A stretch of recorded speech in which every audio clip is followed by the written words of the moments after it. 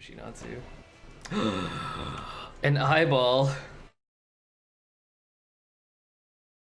Wow, that's interesting. Welcome to Space Boy build guide. So this is a level 100 trickster abusing the heck out of double dipping, the new double dipping, which is the non-chaos is chaos, elemental damage is extra chaos, all those modifiers all the time, eternity shroud, every other item is shaped, including a headhunter and a pyre, you know, just to abuse this chest, because this chest is insane.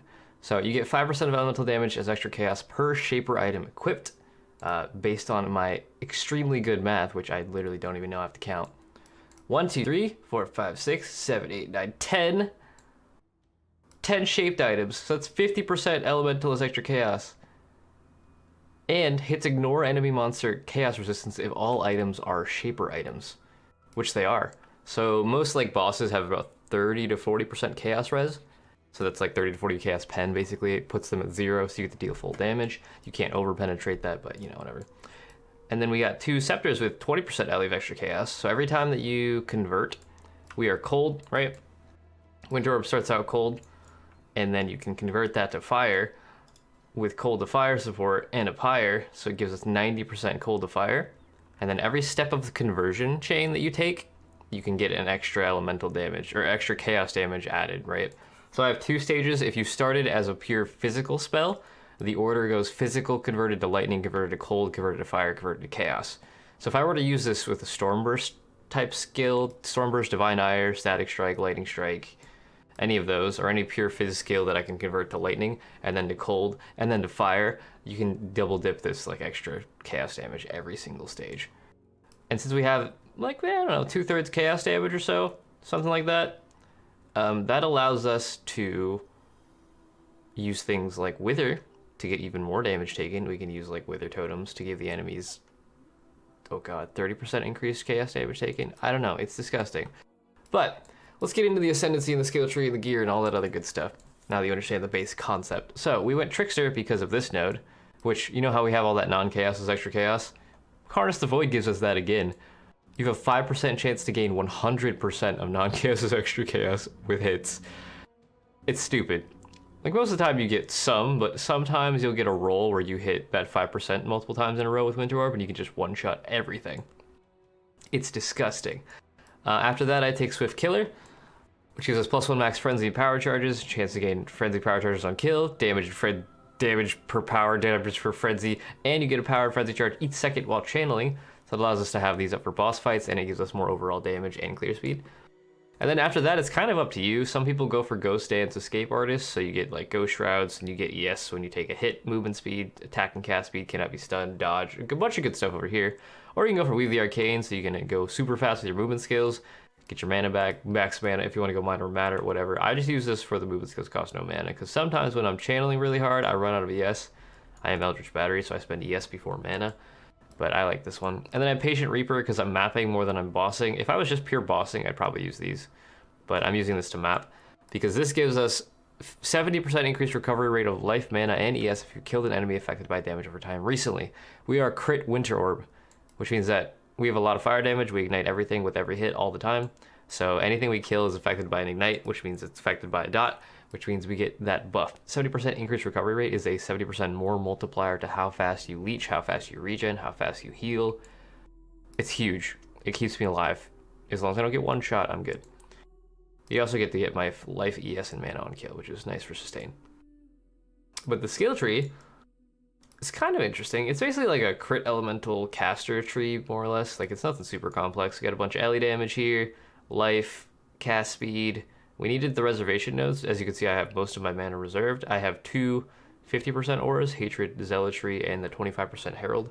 You could put Aspect of the Spider here, you could put Herald of Ice here, whatever you want. I just went for this because I like the animation of Automaton Herald. But this gives us negative 12% mana reserve. This was all that I needed to get those without any Enlightens or any of that bullshit, just these 3 nodes. Then we got some more life, phase acro, so we get a chance to dodge spell and attack hits. I think I have, yeah, 40-30 spell dodge, and then some evasion. Pretty good. Defensively, got some crit multi, some jewel sockets, sorry, we'll go over that later. Life nodes. Crit multi stuff here, some projectile damage, prod speed, which is nice. area damage, life nodes, more jewels, more life, frenzy charges. Frenzy charges are more damage. I thought about getting this one as well, but I don't really need damage because Eternity Shroud is fucking broken. Then we go this way, we get some ES leech as life. I'm sorry, leech as ES. What am I saying? Spell damage leech as EF. I'm sorry. Because we are Eldritch Battery, which if you don't know, it's right here, you get to spend ES before mana, so I don't need to worry about my mana. I only have 25. This allows me to spend my ES instead of mana, so that's good. And then this allows us to leech that. So we have infinite mana, basically, as long as we're hitting anything, without having to get any mana leech on anything, which is cool. Let's see, over here we got some more crit multi, some more life, more jewels, and then unnatural instinct down here, if you can afford it. If you can't afford it, then just cut off this part of the tree and like take the frenzy charges and take the jewel sockets over here, whatever you want. This is just if you're like really, really rich. If you're making this build, I guess you should be rich. I'll assume that you're rich because you're wearing a shaped headhunter and shaped pyre and shaped everything. So yeah, you have this. This is the most broken jewel socket in the game for Unnatural Instinct. It gives you 45 crit multi, 26 spell damage, cast speed, life, movement speed, dex 8, life, everything. It's just dumb. You get all of the effects of all of these little nodes around it. It's great. Let's see what else. We got more crit multi up here, and then we go over here for more life, more crit multi, Eldritch Battery again. Over here we have AoE damage, area of effect to help our projectile areas hit bigger. Crit multi, cast speed, spell damage, life, power charge stuff, life, and another jewel socket. So when it comes to jewels, you don't really need anything other than, like, you can just go for pure life if you want. We have so much fucking damage, it doesn't matter. But because I'm me and I wanted more damage, I went for like double multi damage jewels, basically. Like this is double multi double damage. This one is double multi damage lightning res because I needed a little bit of lightning res. This one is double multi, again, res and damage. This one is Caspi double multi. And we got one more. This is a Watcher's Eye. So we are using Hatred Zealotry. You can use any Watcher's Eye that matches those. This one is actually not that good because we're mostly fire and chaos damage. So I think ideally you're going to want, if you're using Hatred Zealotry, it's like Pen with Zealotry and Base Crit with Hatred is your best bet, maybe? I don't know. There's a lot of Zealotry mods that I'm not familiar with, so find something in Path of Building that makes the most damage for you and use that. Or just go for another multi-jewel. You don't need a Watcher's Eye. But yeah, Pantheons, doesn't really matter. I have Stun and Evade if you've taken a hit recently. Bandits kill Illyra for the crit multi all res, because you need that. And then I think we can get into the gear now. So as I mentioned earlier, you need to have all shaped items. Also, I evolved this myself. Fuck. I just, I told Leia I was gonna evolve my Eternity Shroud. And guess what I got? Fucking Max Res. Well, I gotta make a build now, shit. But yeah, you're gonna need to get shaped everything. So to chance a shaped pyre, it took me about 3,000 scour chances and I made 2 dream fragments on the way. You have to get a shaped sapphire ring and you can chance it. The only requirement is that it's a shaped sapphire. It doesn't matter the level, shaped sapphire. Fuck.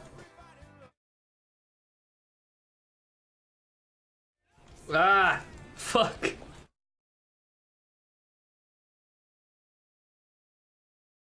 Oh my god, we did it! I didn't even notice! I'm free! Same goes for Headhunter. You need to get a shaped Headhunter if you want to use a Headhunter, or just get a shaped Stygian or a shaped leather belt, whatever the fuck you got lying around, you know? To get this, you need to open Xana's map device with Nemesis, be in a map with Nemesis, and chance leather belts, shaped leather belts, until you get it to proc. You cannot Ancient Orb a different shaped unique. When you Ancient Orb a unique, it rerolls it, or it gets rid of the shaped thing. So you have to chance it from scratch, shaped leather belt. Doesn't matter the level, just shaped leather belt. It'll probably take you average 10, 20, 30k to get a Headhunter. Chance Scours, you'll be fine. And the rest of your gear is just Shaper gear. So you multi-mod these pretty easily. You just alt spam, get an item level 85 at least Shaped Scepter. Right, it has to be item level 85 for tier 1 extra chaos. Alt spam until you see that mod, it's 16 to 20. And then regal something, it doesn't matter what you regal, try to null off whatever that was. And then just multi-mod it, so you get the spell damage, non-chaos extra chaos, extra cold dispels, or, yeah, you want cold dispels or like cold is extra chaos or fire is extra chaos, whichever you have available. Since we're converting from cold to fire, you want to stay cold. And then crit multi, cast speed, arcane surge, and the other one, you can go for the same prefix, extra chaos, crit multi, and crit for spells, whatever you want really.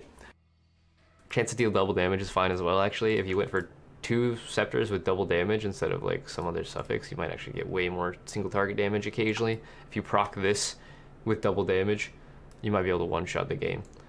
Other ring, I have an Assassin's Mark shaped ring.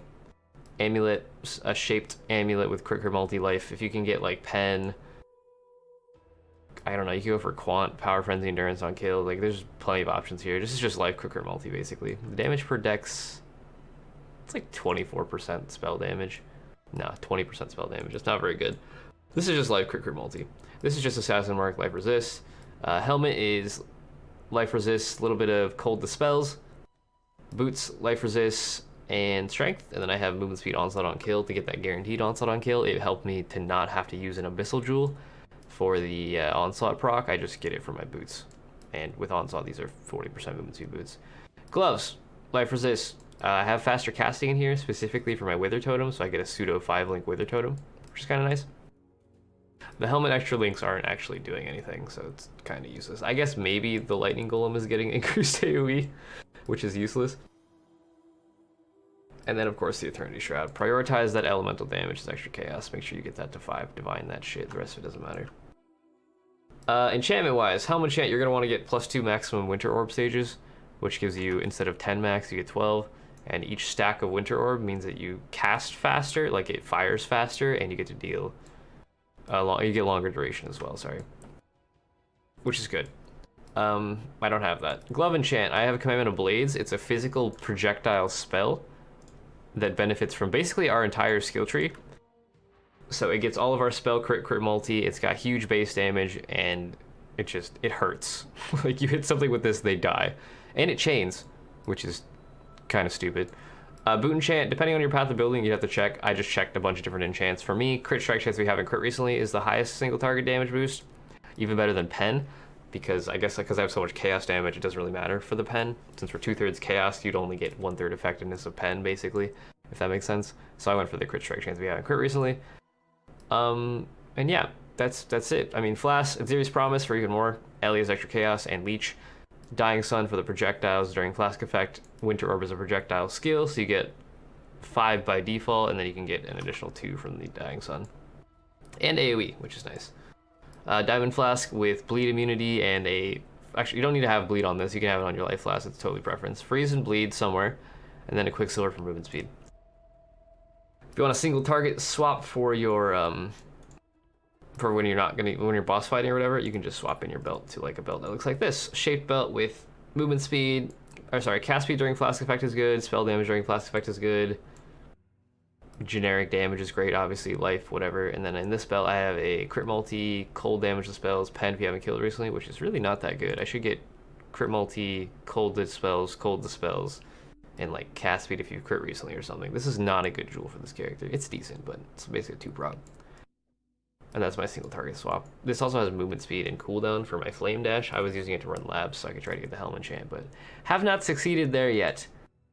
But yeah, there's your broken build of the league, basically. I consider this build to be an unintended mechanic because I don't think they want this per stage, per conversion stage. I think it's going to get nerfed at some point, so if you want to experience this build, I'd recommend you do it soon, because otherwise it might explode and you won't be able to play it as broken as it is right now. Like, this is probably one of the more popular builds this league because of how stupidly strong it is. Yeah, it's disgusting, but I guess we should probably talk about the gem links, huh? Main 6-link is Winter Orb, Conk Effect, Infused Channeling, Control Destruction, GMP, and Cold to Fire support. That just gives you the most damage and most of your conversion. I have a Wither Totem, which would be linked to, if it didn't have the extra link from your gloves, just Wither, Faster Casting, Spell Totem, Multiple Totem. If you have another link, you can throw in an increased duration support so that your Withers last for like just under a second or so, but they cast really goddamn fast. Aura setup, Zealotry, and Herald of Ash, Hatred, and Lighten. And then we have our Flame Dash, Faster Casting, linked to Portal, just so we can get up and down ledges, basically. Most of the time I just run around. Using a Vol RF setup, which lasts, I believe, 8 seconds. Yeah, just under 8 seconds. Because I have it linked to Efficacy and Increased Duration. Efficacy does give you skill effect duration, so that's good. It just is a more multiplier for when we want to murder a boss, basically, instantly. This is really good for that. And then I have a cast when damage taken setup, linked to Immortal Call, Increased Duration, and Summon Lightning Golem for the attack and cast speed. But yeah, there's your Eternity War Trickster. This is just broken, stupid build, definitely kind of dumb. You can also do the, like I showed the worst build yesterday, or the day before, I'm not sure when this video is going to go live. I'll link that in the description, but you can add Shackles to the Wretched, which is shaped, if you get a shaped version, you have to get shaped everything, remember. You have the chance of Shackles of the Wretched, but it'll allow you to self-curse Temp Chains, and then you can have a Headhunter and a Xerfe's Heart if you wanted to get Infinite Soul Eater, 60-second Headhunter buffs, self-cast Temp Chains, whatever you need, you know?